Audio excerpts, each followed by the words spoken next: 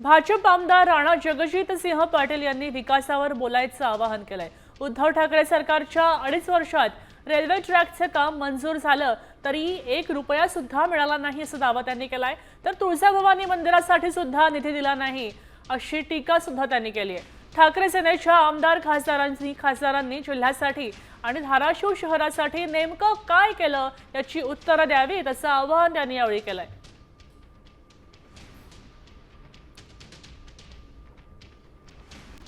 तुळजापूरसाठी मी निधीची विनंती केली होती, उद्योजकांकडे केली होती।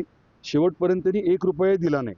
मग मी दुसरी विनंती केली की ठीक आहे, मी केंद्राकडून पैसे आणतो, तुम्ही फक्त आराखडा मंजूर करा। तरी देखील त्यांनी मंजुरी देऊन आराखडा वरती पाठवला नाही।